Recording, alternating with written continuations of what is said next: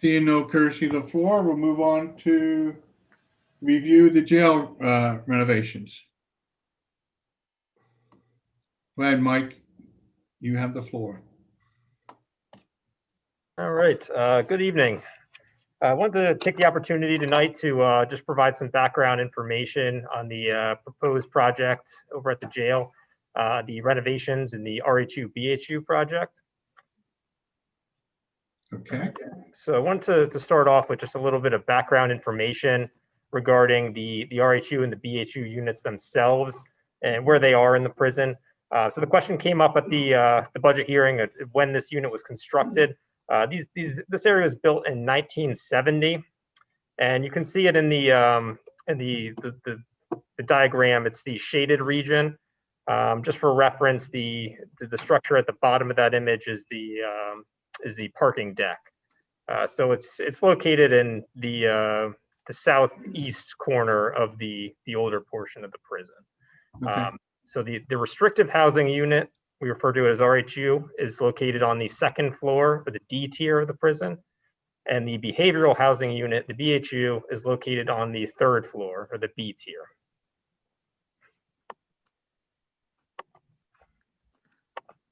Can I ask a quick question? Absolutely. Yeah, when you mean restrictive, what could you tell us what type of inmate may be there, and behavioral same way? That probably be better answered by Director Castora. Good evening. Question for the RHU restricted housing unit would be our basically our administrative segregation or possibly disciplinary segregation, high bail, don't get along with others, single cell. That's how that setup is. So basically they're in a discipline mode or administrative mode from another institution, and that's how we house them singly. Okay. And behavioral? Same thing, discipline inside the institution. And RHU and BHU, they're separated by the floors, so we can actually separate the residents to in different housing units if we have an incident, Right. So-called a fight or something like that. 5 o'clock meeting? Okay. You be here? No, some people are on Zoom. If you want to go out there, you can. Carrie's here. Okay. Yeah, okay. Well, thank you very much. That clarifies it for me. Yes, sir.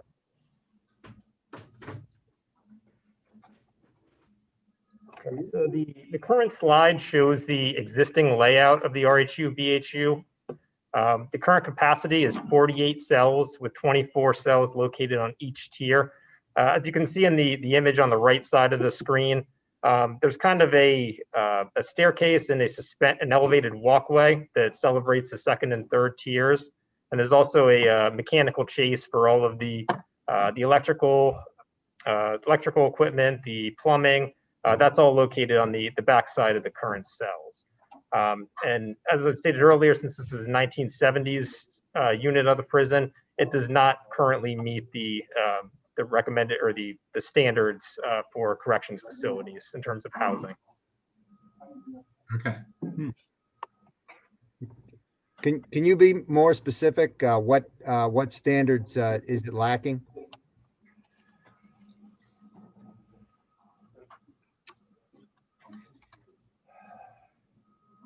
Well, for example, we're looking for internal recreational areas inside the housing units, as we have such in the towers. Bedding, the ability to move space, to have the ability to be out in space, other than being secured in a cell, to be moving around.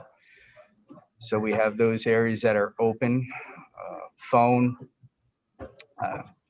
some type of handicaps to handle some of our residents that we have on the housing unit itself. Okay, thank you.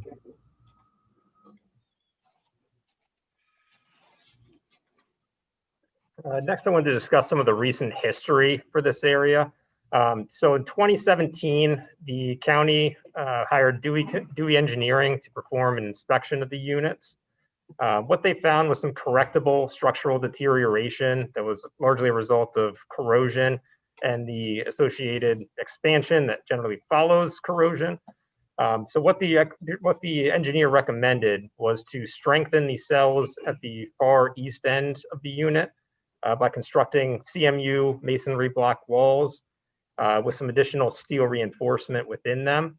And the Department of Corrections did vacate these cells just as a precaution until any further repairs were made. Okay. Hmm.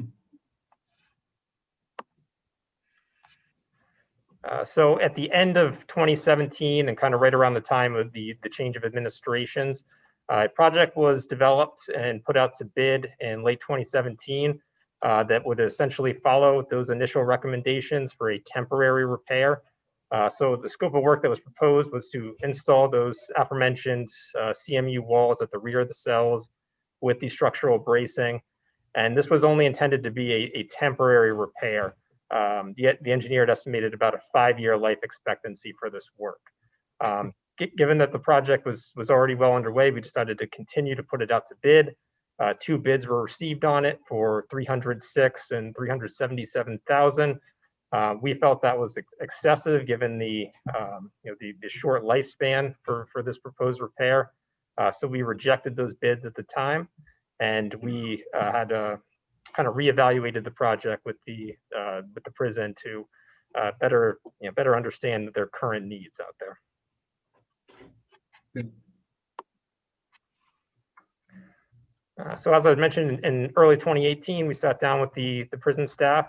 What they had proposed was a renovation for the entire interior space to essentially convert the existing 2-story unit into a single story with shared cells, a communal bathroom, as well as a recreational space for the inmates.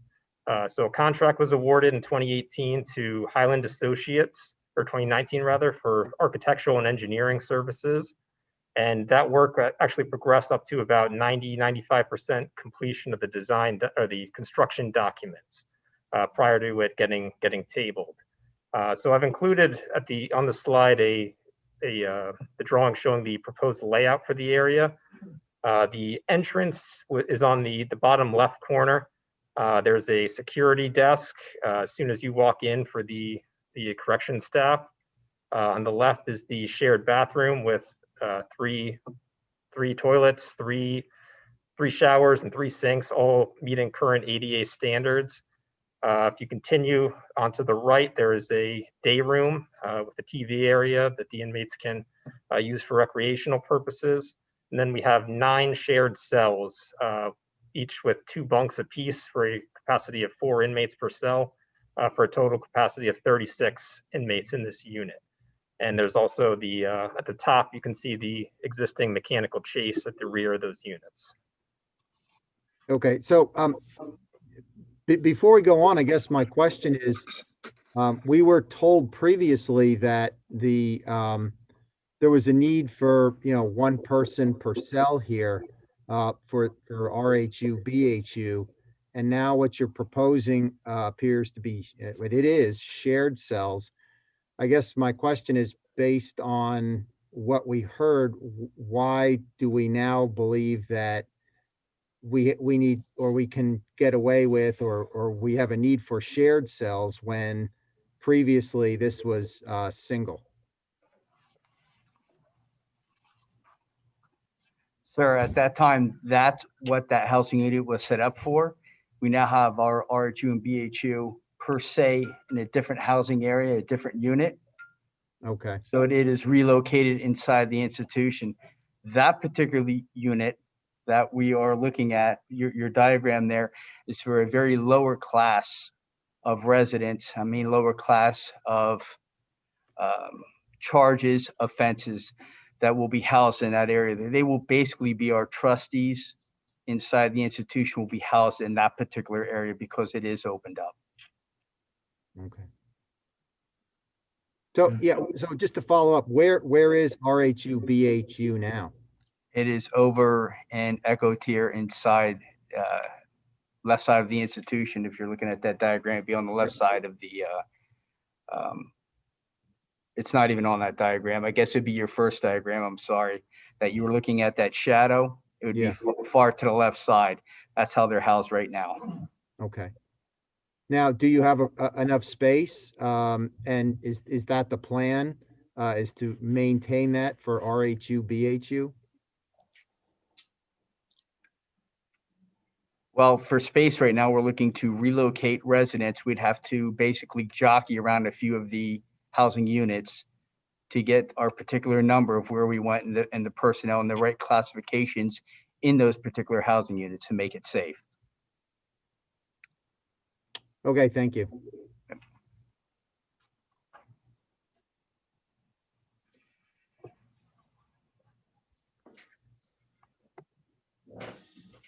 Okay, so just to go over some of the benefits that the county would see with this potential project.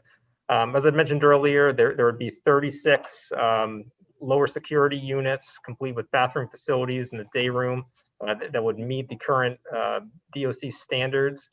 It would enable the relocation of inmates that are struggling with mental illness to be relocated into more appropriate housing units, as Director Castora had previously touched on. And it would also be an opportunity to replace obsolete equipment and improve the energy efficiency of the entire unit. Being constructed in the 1970s, it's obviously nowhere close to current standards in terms of insulation. So there'd be a big opportunity to increase the energy efficiency of the unit while we were performing this work.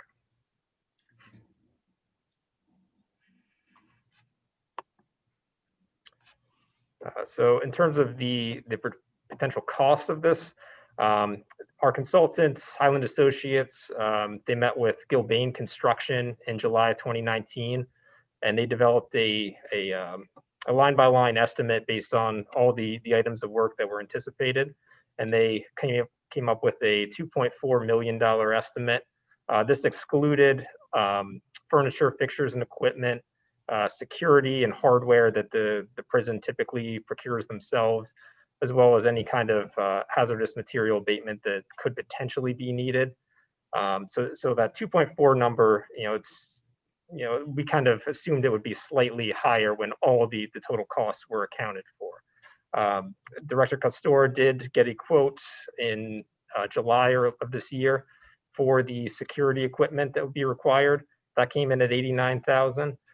So adjusting for inflation and any other ancillary costs that we're expecting from when this estimate was prepared, that's how we arrived at the 2.8 million figure for the total estimated construction cost. And a grant request was submitted to RCAP for half of that amount. And that was the item that was shown in the proposed 2021 budget. And that concludes everything that I had prepared. I'd be happy to answer any questions. Question? Yeah, Go ahead.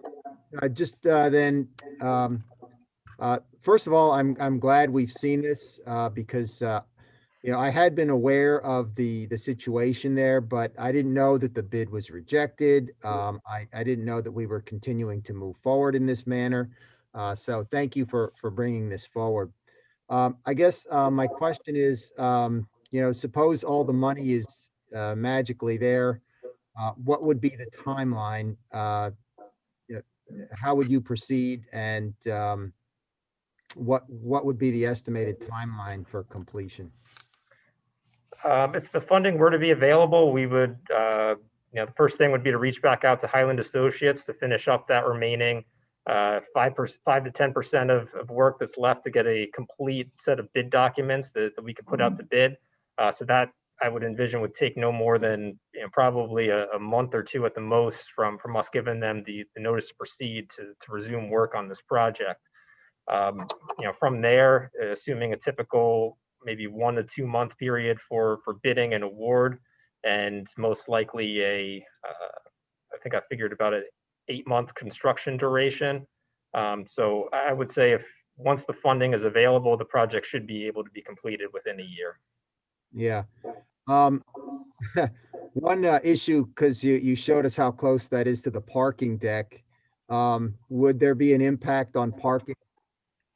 No, there would not be. There is a an existing courtyard area just outside of the unit that's within, fully within the prison itself that would be used as the projected laydown area. So there would be no impact on existing parking at the government center complex.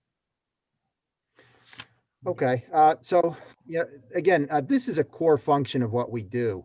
And I, I mean, I think it's based on your presentation. I think it's something that we need. When would we know whether or not we would get the grant? And I guess this is probably a question for the administration. If we wouldn't get the grant, would you come back to council and seek the balance?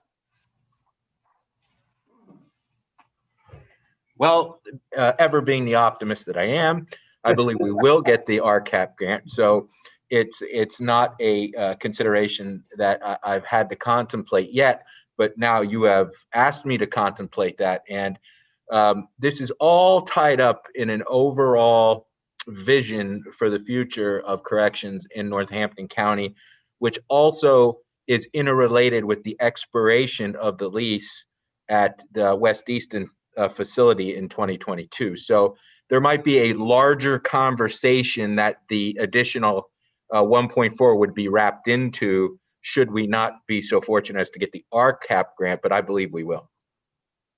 Okay. Okay.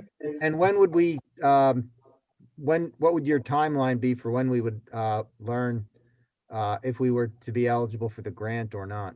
Sir, I don't know. I can find that out and get that information to you when the state anticipates announcing the RCAP grants. Okay, great. Thank you. Thank you.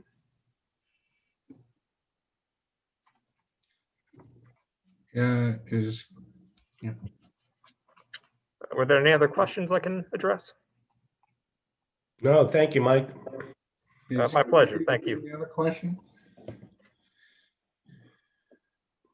Nope, good presentation. Mike, do you have a hard copy of this presentation? Yes, I do. Okay, thank Yeah, you. that can be emailed out. Okay. Well, we're still trying to get Carrie logged on, so